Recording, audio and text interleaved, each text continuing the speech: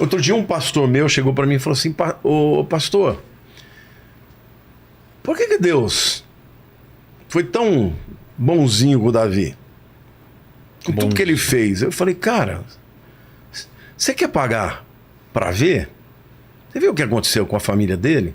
Morreu Aminon, morreu depois o Absalão. Pior do que tivesse feito alguma coisa com ele. Tamar foi estuprada pelo próprio irmão. Aí o próximo que veio era Adonias, porque quando Deus falou para ele, ó, vai ser Salomão, quando ele nasce, olha que como Deus é um Deus de graça. O filho de Betseba do adultério nasceu e morreu depois de alguns dias. Mas no dia que ele morreu, Davi teve uma relação com Betseba e ela ficou grávida de novo. E quando nasce Salomão. E Deus fala que ele seria amado do Senhor. Deus chamou ele de Gedidias. Yedid é querido. Yedid-Yah. Gedidias, o querido de Javé. Olha que coisa linda. Poxa. Quer dizer, mesmo Deus falou, ó, você pisou na bola, você vai pagar, mas eu sou um Deus de graça, porque vai ser através da mulher adúltera que eu vou trazer o meu filho, o Messias. Não é extraordinário? Olha, Vilela, a Bíblia é um livro que para mim isso é uma prova da veracidade da Bíblia, porque ela não esconde os podres. Você sabia que, por exemplo, na genealogia de Jesus só aparece o nome de homens? As únicas mulheres que aparecem são mulheres que tiveram problema. Uma é Raabe, que era uma prostituta que se converteu lá em Jericó. Tamar. E por último, Maria. Maria, que concebeu virgem, mas que ficou mal falada. Sim. Tanto é que os líderes judeus falavam assim, quem é você? Você é filho de Maria? Filho de José? Nós nem sabemos quem é teu pai. Por quê? Porque correu para todo mundo que ela tinha tido caso com outra pessoa e que José casou com ela como corno. Acobertar. E a Bíblia não escondeu isso. Então, é maravilhoso isso, porque Deus deu o sucessor de Davi e o antecessor de Jesus, que foi Salomão, o filho daquele casamento que começou com adultério. Não é maravilhoso isso? Caramba. Isso prova para você, meu querido, que se você pisou na bola, se você se arrepender e buscar Deus, tem perdão e tem graça para tua vida. Agora, as coisas ruins ainda continuaram. O quê? Por quê? Porque, veja, morreu Aminon, morreu Absalão, o próximo que quis ser o rei era Adonias. E Adonias também começou a fomentar com a população, com líderes. Agitar. Inclusive o Joabe, que era o capitão de Davi, mas não fazia nada que Davi queria. Contra Salomão. Até que Davi, antes de morrer, ele chama Salomão e fala assim, olha, você vai ter que matar o Joabe. Porque ele vai tentar te derrubar. Salomão era jovem quando assumiu, talvez 15, 16 anos. Tinha um Adonias, Salomão chama Adonias e fala, ó, meu irmão, eu fui escolhido por Deus, então você anda na linha, senão eu vou ter que te matar. E no fim, Salomão teve que mandar matar o Adonias. Por quê? Porque não ia ter Porque ele ia se levantar contra Salomão. A última de Adonias, ele procura Betseba, que é a mãe de Salomão, e pede para ela, para ele poder ficar com a concubina do rei. Porque quando Davi ficou velhinho, aqui uma coisa gozada, quando Davi ficou velhinho, acho que ele já não dava mais no couro, já não fazia mais nada, ele pediu que trouxesse uma jovem para esquentar ele, porque ele começou a ter muito frio. Então ela vinha e deitava com ele nua, para ele se esquentar. Agora, quando ela aceitou isso, ela não podia mais casar com ninguém. Entendeu? Ela chamava Abisag. Era uma concubina dele. Entendi. Nunca teve nada com ele, mas também não podia casar. Por quê? Porque quem se casasse com uma mulher do rei assumia o lugar do rei. que o Adonias fez? Chamou Betseba, Betseba não sabia disso. Falou, Betseba, eu amo a Abisag, quero ficar com ela. Salomão não quer nada com ela, pede para ele, para eu ficar com ela. Aí ela chama a Betseba, que é a mãe de Salomão, fala, Salomão, deixa eu ficar com ela.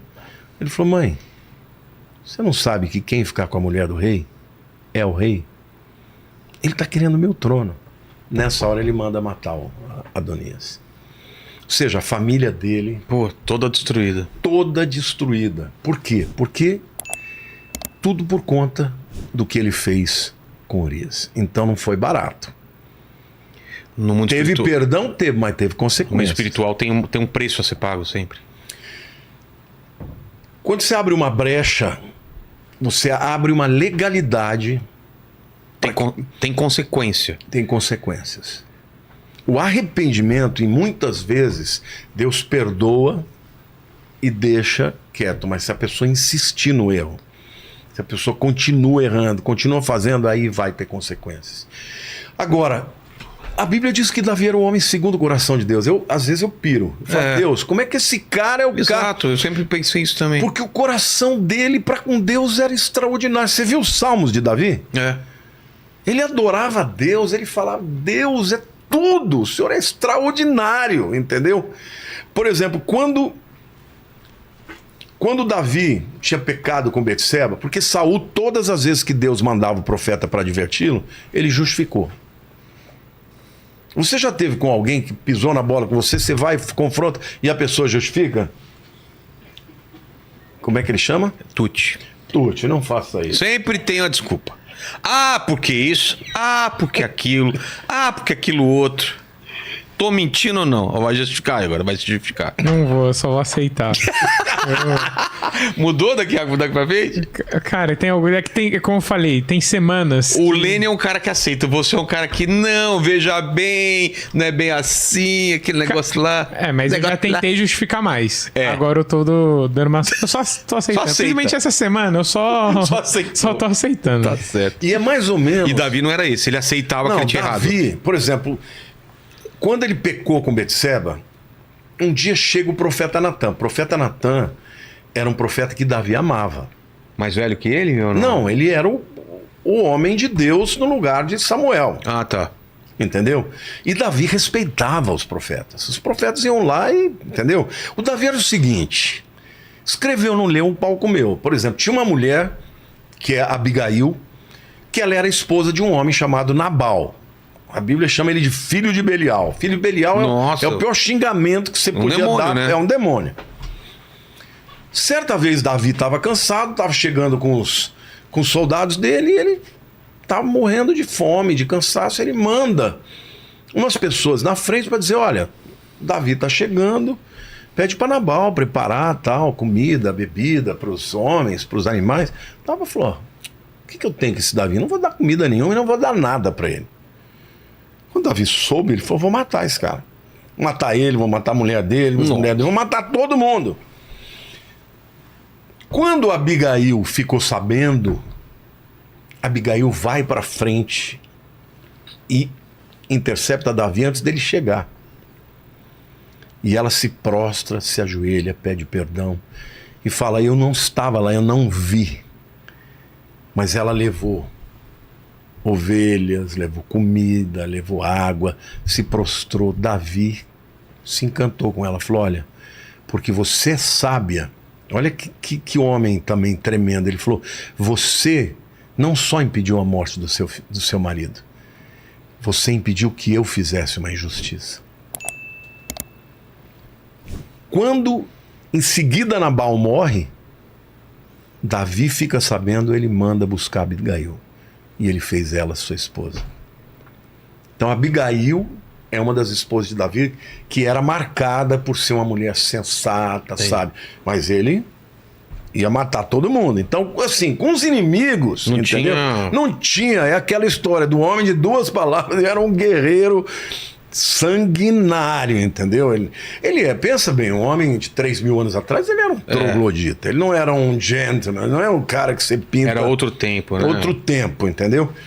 Mas quando era com Deus, Quando Natan chega para ele e falou: Natan, eu tô com um problema. Natan falou para ele: Davi, eu tô com um problema. O que foi, Natan?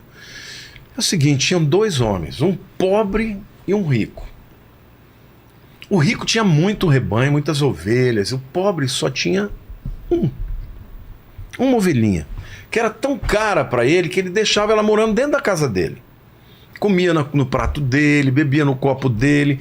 E o rico uma vez recebeu uma visita, um viajante que veio de longe, e ele, para oferecer um banquete para o visitante, ao invés dele pegar do seu rebanho, ele foi e matou a ovelhinha que era do pobre. Davi se enfureceu, falou: quem é esse desgraçado que eu vou matar ele? Natan falou: é você, Davi. Porque você tem muitas mulheres, tem as mulheres que você quer.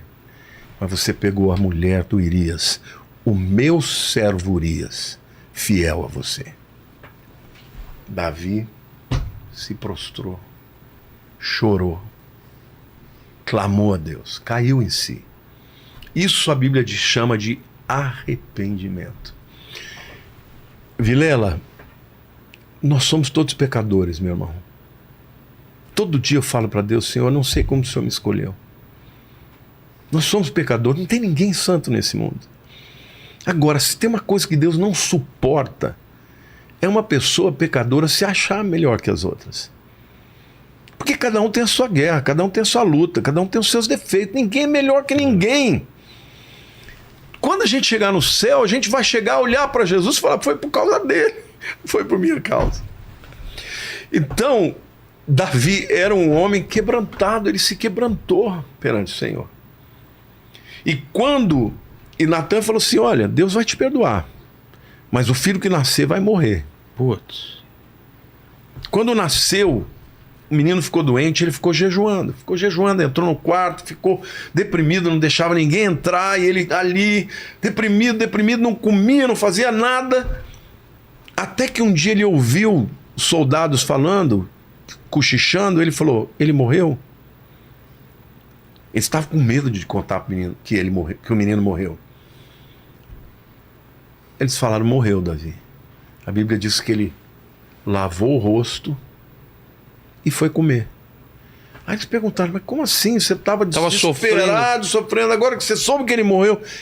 Ele disse assim: eu não vou a ele. Não, ele não vem a mim, mas eu vou a ele. Ele entendeu que Deus falou não, mas ele se arrependeu nesse processo profundamente. E Deus se agradou dele, que no mesmo dia ele tem uma relação com Betseba, ela fica grávida, e quando nasce o filho daquela mulher que provavelmente era rejeitada por todo mundo, pelas próprias outras esposas e concubinas, ele é chamado de Jedidia, o amado de Javé. Assim, eu fico muito emocionado, porque o amor de Jesus é lindo, né? Ele faz isso, ele pega um pecador, o pior que tem, o pior bandido do mundo, e ele transforma a vida das pessoas. Então, por isso que a Bíblia diz que os que se humilham serão exaltados, mas os que se exaltam serão humilhados. E Davi era esse homem, ele não queria saber do que os outros iam pensar. Ele queria saber do que Deus ia pensar. E ele era um homem que tinha comunhão, ele ia buscar 7 vezes por dia na frente do tabernáculo. O tabernáculo, os rabinos dizem que ele tinha um linho branco, não o tabernáculo de Moisés, tá? Que tinha uma estrutura de várias peles pesadas. Não, aquele era de linho branco. E lá dentro estava a arca. Quando batia o sol, a sombra que fazia no final do dia, fazia com que a sombra dos querubins viesse para fora da tenda. Davi se prostrava onde estava a sombra, para dizer para Deus: eu quero estar onde está a tua presença. Então Deus amou esse homem e teve um compromisso com ele, disse: olha, nunca vai faltar um descendente para o trono.